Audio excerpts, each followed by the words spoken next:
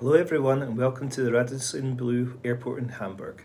Today I'm making a book review of Mario Puzo's Six Graves to Munich, and just to warn that this book review will contain spoilers. I will give you a brief plot of what the book is about and then a warning so that anyone who is planning to read the book and doesn't want to know what happens can switch off before the spoilers. So why this book? I'm a big fan of Mario Puzo. He's my favourite author and I've read everything he has written. If I was not a fan of Mario Puzo, I don't think I would have read this book based on its subject matter, and I wouldn't class this book in my top 3 Mario Puzo books. They are, in third, the book he is best known for and was made into a movie starring Marlon Brando, Al Pacino and Robert De Niro, The Godfather.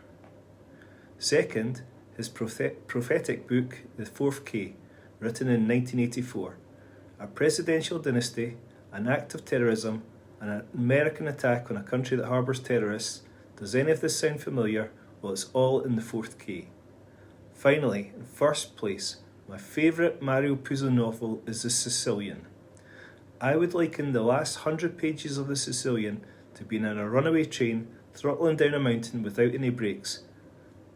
The movie of The Sicilian starring Christopher Lambert is really disappointing, and I would love to see a remake, perhaps casting Eric Cantona and Paolo Di Canio as the bandits Terranova and Passatempo. So back to Six Graves to Munich. Why do I like this book? Well, it's quite a simple book and not particularly long, and the story is quite straightforward. Michael Rogan is a genius who the US government used to break Nazi codes in the Second World War. He gets captured by the Gestapo and is tortured by 7 men in Munich to get the codes used by the Allies. When the Allies invade, they attempt to kill Rogan before fleeing, but he survives, but with damage to his brain. Now, 10 years later, Rogan travels to Europe to track down his torturers and to murder them. Unlike other Mario Puzo books, I find that I like to return to this book, and I've now read it many times, and often I notice things I missed previously. My plan is to travel the routes around Europe that Rogan travels and see some of the places that are mentioned in the book. I think that ends my introduction, and at this point anyone who hasn't read the book and plans to read the book should switch off to avoid spoilers. The book starts with Rogan in Hamburg as he tracks down and kills one of his torturers, Karl Fian. This is not his first murder, as he's already killed another of his torturers in Austria. He kills Fian in a movie theatre with a silencer and escapes knowing that the body will not be found until the movie finishes. He feels his brain injury and he knows he will not make it back to the hotel, so he buys a prostitute, Rosalie, that he thinks is ugly for the night, just so that he can sleep. Puzo doesn't give much information on Fian's role in the torture, and it's fair to say he was a fairly low-level officer and his communication is simple, oafish and friendly, suggesting he probably was just following orders and didn't really deserve to die. The first 2 chapters do ask us to accept a lot of things without question, just like the war stories and comics I read when I was young. I did like the bits in Lost in Paris movie where nobody thinks of a henchman's family when they die. In this case, Fian was on the wrong side and had to accept that it was enough for him to deserve to die. It turns out Rosalie is not ugly but very beautiful and has a flute-like voice. When I read this description of the voice, I felt tremendous joy, as it's always done when Puzo does a particularly brilliant description of a character, coming out with the saying that it's so true. Rogan decides to take Rosalie with him to the Via Jarezza hotel, and once there she reads his envelopes and works out his plan to murder his torturers and wants to help. Today I visited the Via Jarezza hotel in Hamburg for lunch. It's a really lovely building in a beautiful part of town, but unfortunately costs 3 times as much as the accommodation that I'm currently in. This is important to the story, and that Rogan has been successful and made lots of money, but it's not made him happy.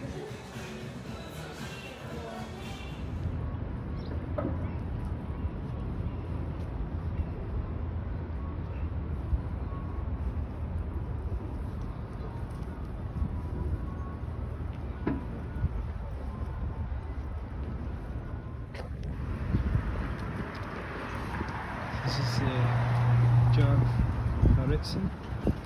It's the hotel that Rogan stayed at in the book. So it's a very beautiful building, so very well maintained as well. The stonework's absolutely perfect. It's got a beautiful view. I can just show you just now. I'll just go past this bit of tarpaulin. Beautiful view out to the lake. Yes, it's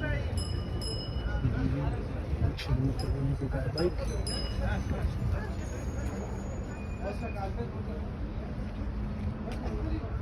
Truly lovely part of Hamburg here. And the camera lights do me justice here. Let's go over, see if we can take the hotel itself.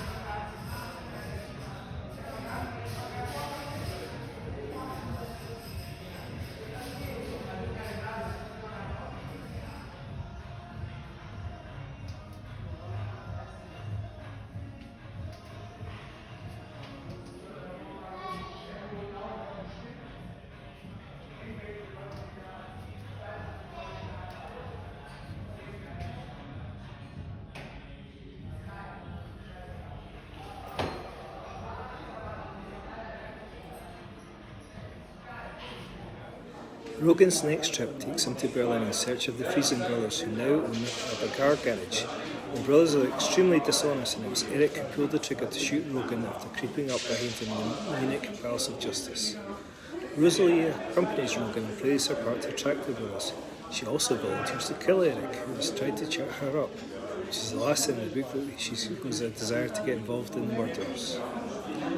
When Rogan asks the brothers to check his car, they tell him that the fan belt needs replaced. They then charge him for replacing, but don't replace the fan belt. The brothers have no good virtues and appear to have enjoyed their part in the torture of Rogan to the point that we have little sympathy for them when Rogan murders them by putting them in the airtight trunk of his car and suffocating them to death.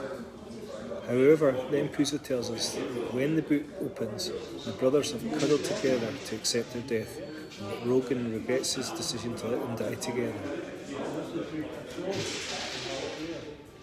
This is a timely reminder that although unpleasant and dishonest, these brothers were human and didn't deserve to die.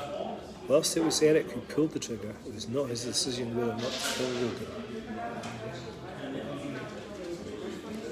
The story with the fan belt reminds me of a similar story in The Sicilian, where Turi Giuliano announces his clownish barber, who has known all his life, has turned traitor, and he is expected by his gang to kill him.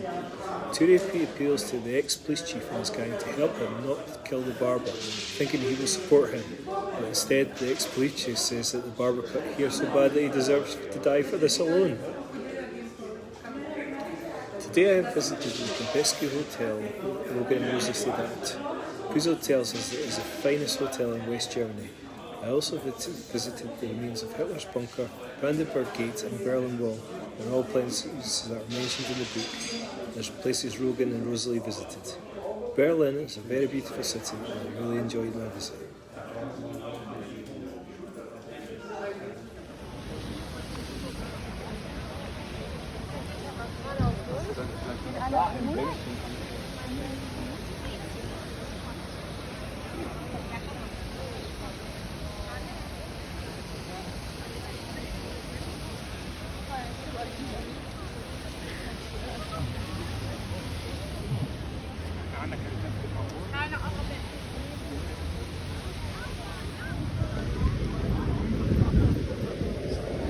here till the Blaze Speed.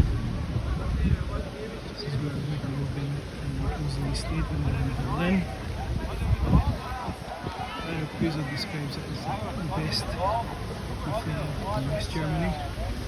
So we're going to see outside and see what it's like.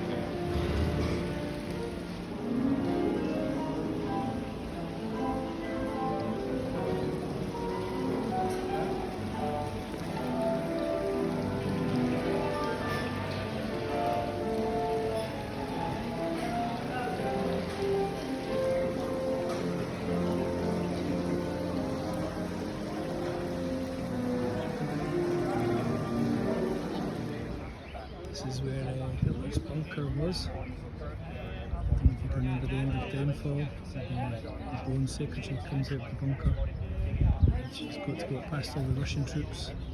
And one Nazi youth grabs her hand and they walk past all the Russian troops together. This is where it happened. Rogan travels alone to Budapest to kill Walter Pachetsky, aided by American intelligence. The info they provide tells us that Pachetsky does the same thing every night. He goes to the Black Violin Cafe, plays chess, eats, and goes to the local brothel. Pachetsky appears to love life and does everything with gusto. I particularly like that after he hears violin music from an open-air cafe, he dances bare-legged down the street. Rogan appears to have more of a dislike for the American intelligence officers than Pachetsky, and says it was only an accident of time and place that stopped them from being his torturers. He has an "I'm here now, I may as well do it" approach to Rogan Pachetsky. There was one comment that Pachetsky made when he was a torturer about turning Rogan's wife's screams of pain into screams of pleasure that sealed his fate. We also laughed when Rogan was being shot, but later we found out that this was down to the comical way his hat fell over his face that made all the torturers laugh. The murder is much more intricate as Pachetsky is still working intelligence and his bodyguards to protect him. The murder is carried out by an exploding chess piece after Rogan has passed Pachetsky a note to let him know why he is being killed. The success of the murder is pretty unbelievable, but I can let it go as part of the story, and I do feel a degree of sympathy for Pachetsky. He was very popular with those around him. After the murder, the American intelligence were supposed to have a car outside the embassy to take Rogan to the airport. Instead, Rogan hails a taxi and then drives past the embassy and sees there is no car there and a large number of undercover police. We later found out that the Americans wanted Pachetsky dead for the disappearance of 2 West German scientists and for Rogan to be jailed for the murder, trapped behind the Iron Curtain. I went to the US Embassy today and was approached by security and asked not to take any photos of the embassy. Walter Pachetsky used to visit the Black Violin Cafe every night. He would eat, drink, play chess. Always had his bodyguards with him. Never found another cafe called the Black Violin. This here, so it's very close. Imagine what it's like.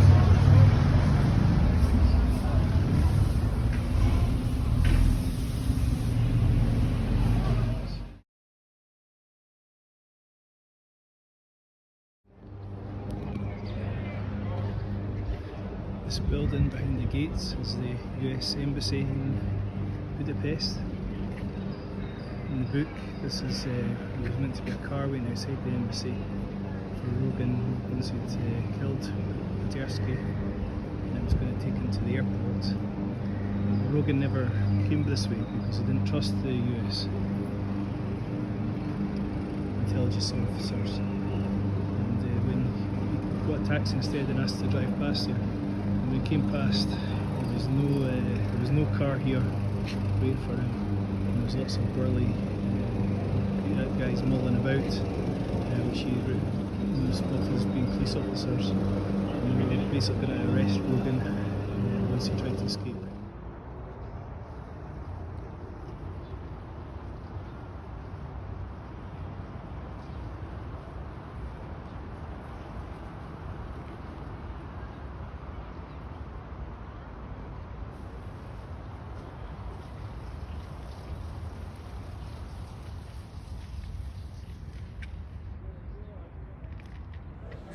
Rogan travels with Rosalie to Munich. However, his target, the leader of the torturers, Klaus van Osten, is on vacation for a month, so he turns his attention on the two remaining torturers, Jenko Barry and Majeski, leaving Rosalie in Munich. Jenko Barry lives in Sicily. Here we're firmly on Mario Puzo home ground, as he could easily be lifting his descriptions of the sights and sounds of Sicily from his book The Sicilian. Initially, he is unable to get information on Jenko Barry due to him being a major mafia boss and the law of omerta or silence on the island. The American intelligence officer Bailey tells him that Barry lives in a walled villa outside the village of Villalba. The choice of the village of Villalba is interesting, as the real boss of the mafia at that time, Don Carlo, was from Villalba, a village with a population of less than 2,000. Legend has it that Don Carlo organised the Allied invasion of Sicily, having been contacted by American mafia boss Lucky Luciano to request his help, and in return, the Americans made him and other mafia bosses local mayors. Jenko Barry has been warmed to Rogan as a torturer, but he has tied Rogan's tie in a knot, whilst another torturer crept up behind to kill Rogan and sealed his fate. When Rogan arrives, Jenko Barry is hosting a fiesta, and Rogan realises the white mask of death when he sees Barry, who is dying of cancer. Rogan meets Barry after sleeping with his wife. He did not know the girl was his wife, but Barry explains he is not a typical jealous Sicilian husband, and his wife and him have an arrangement.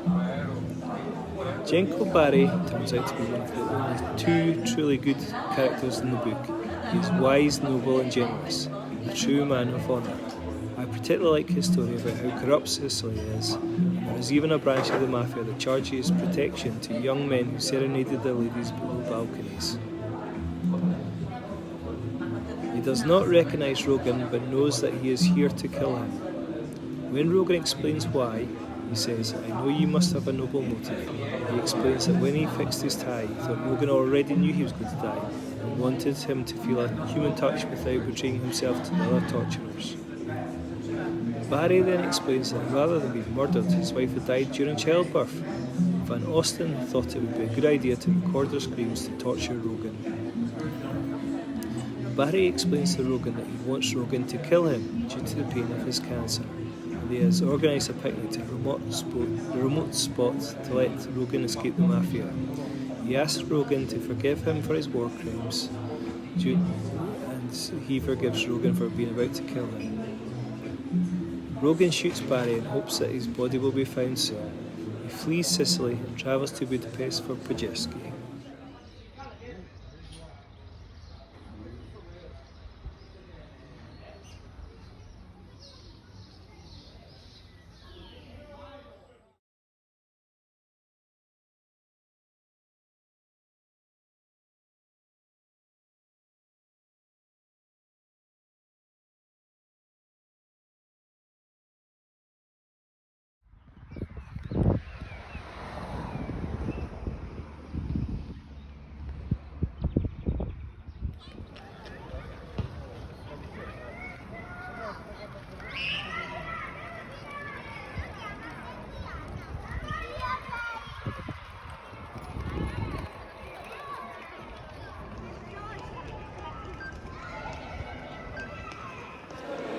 If there is one torturer who deserves to die, you would think it would be Van Osten. Since the war, he has been very successful as a top judge in the Munich Palace of Justice and is a candidate to become the next Chancellor of West Germany. When they first met, Van Osten took a dislike to Rogan, as he had the face of a young man that nothing bad had ever happened to him. They have a complex relationship, and he has the power through his voice to make Rogan love him like a father, before betraying him by killing him when they killed his wife on the first day of torture, and he loves satanically when they think they have killed Rogan. Rogan wants to stay alive, to kill Van Osten, and if he had his way, then he would bring him back to life just to kill him again. Later in the book, Puzo gives us an insight into the mind of Van Osten, and he is genuinely sorry for his behaviour during the war, and since the war he has been good. As Van Osten puts it, what a clever man he had been, clever in evilness, and clever after the war, clever in goodness. Van Osten is also the only one of the torturers aware that Rogan is coming for him, as he has been tipped off by American intelligence who want him to be successful, as they have something to blackmail him with. Rosalie has been observing Van Osten and believes he is a good man and doesn't want Rogan to kill him. She has now recovered from the shock of her parents dying and being used as a sex slave by US troops, the result of which was that she ended up in a lunatic asylum. She now sees a future with Rogan and doesn't want him to kill Van Osten as the chances of escape are slim. Rogan kills Van Osten in the Munich Palace of Justice in the same building where he was tortured in, and where Osten sits as a judge. Van Osten says to Rogan, "You are far worse in my dreams." Rogan knows the power of Van Osten's voice and shoots him before he can say more. He does not get away as a traffic cop tries to stop him, and Rogan shoots the cop. Rogan has a brain hemorrhage and dies in Rosalie's arms. This is the Munich Palace of Justice. This is where Rogan was tortured during the Second World War. It's also where he meets Klaus Van Osten at the end. Just imagine there'll be a car here, that's across the street there, that's for Rosalie to pick up Rogan.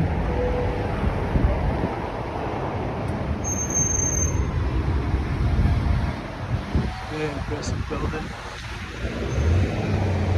Huge building.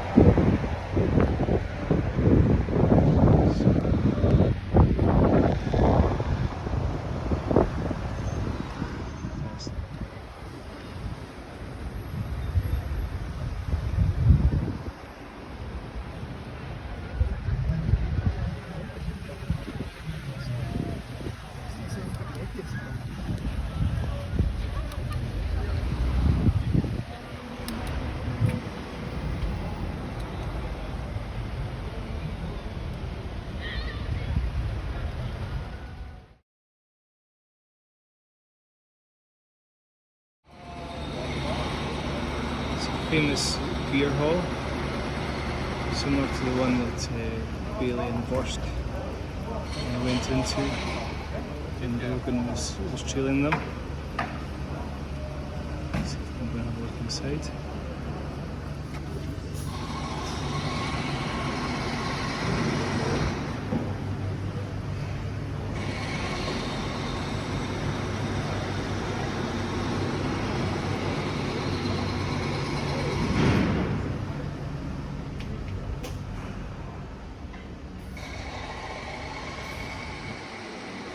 Benches.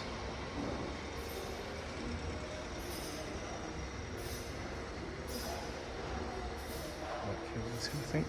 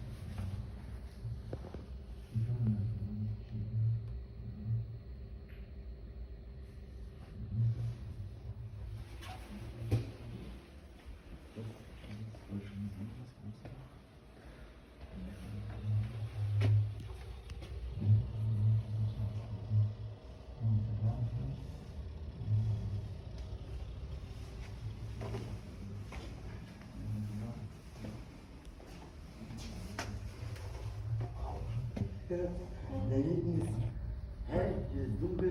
Aber das geht jetzt, habe ich gerade auf dem Radar geguckt, erstmal so an uns vorbei und dann kommt Fliegen zurück.